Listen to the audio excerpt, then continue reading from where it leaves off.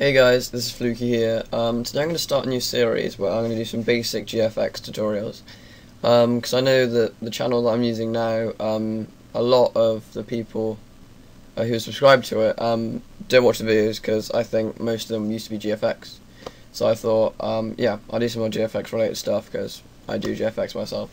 So in this tutorial I'm going to be covering how to just do basic Cinema 4D text in a Lightroom, and how to do just overlays and basic like textures on top of the text. Okay, so first of all I'm going to put a little download link in the description. It's going to lead to this. I'm going to have a Lightroom and just a couple of textures. Now if you want loads of textures, you can just search them up and there'll be loads of them in like GFX packs and download links and stuff like that. So if you start off by going to the Lightroom and just opening up that Lightroom. I'm sure most of you used Cinema 4D before, but this Lightroom, it also adds like a better render to it, so it gets up and better.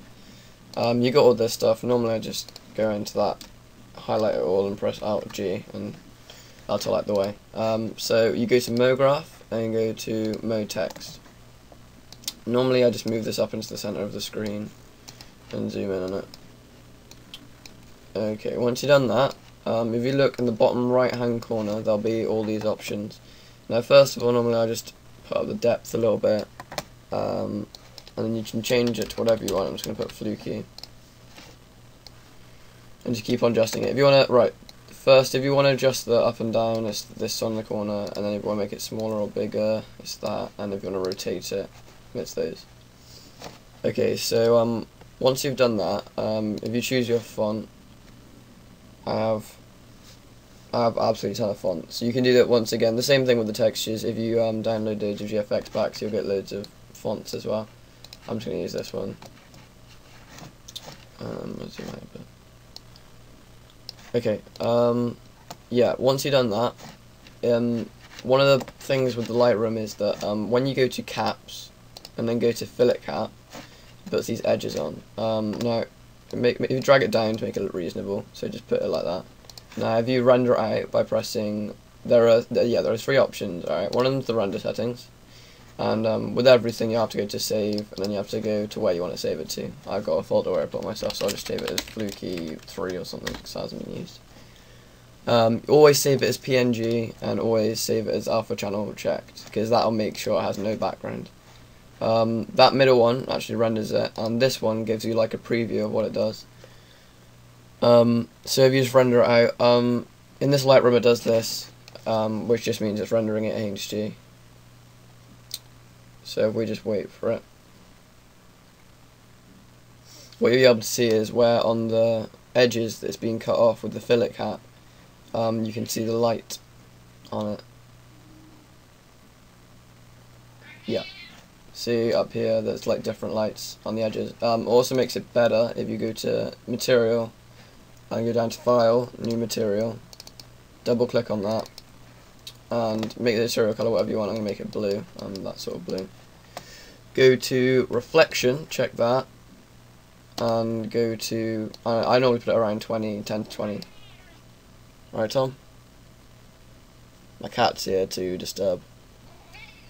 Okay.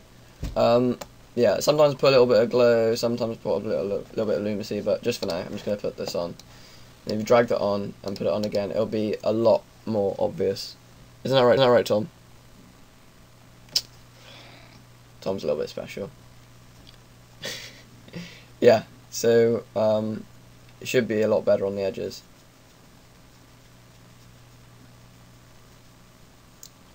Yeah, you can already see. You can see it's going to be on this edge here and on there.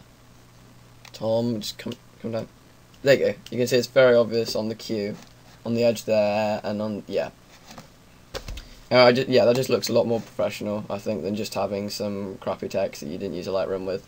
So yeah, I tend to use this every time. So I'm just going to render this out.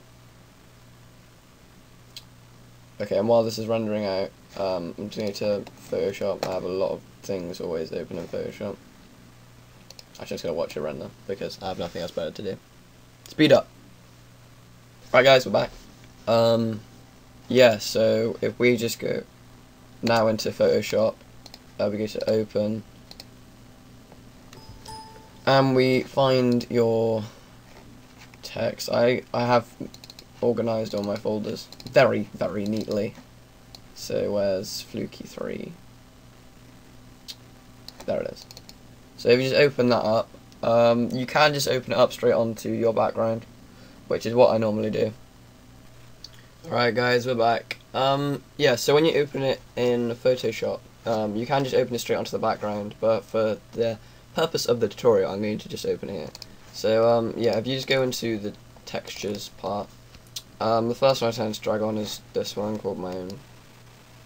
All of these I got from this guy called Clean's thing. Yeah, I put this at 90 degrees, and then just drag it all the way across the whole thing.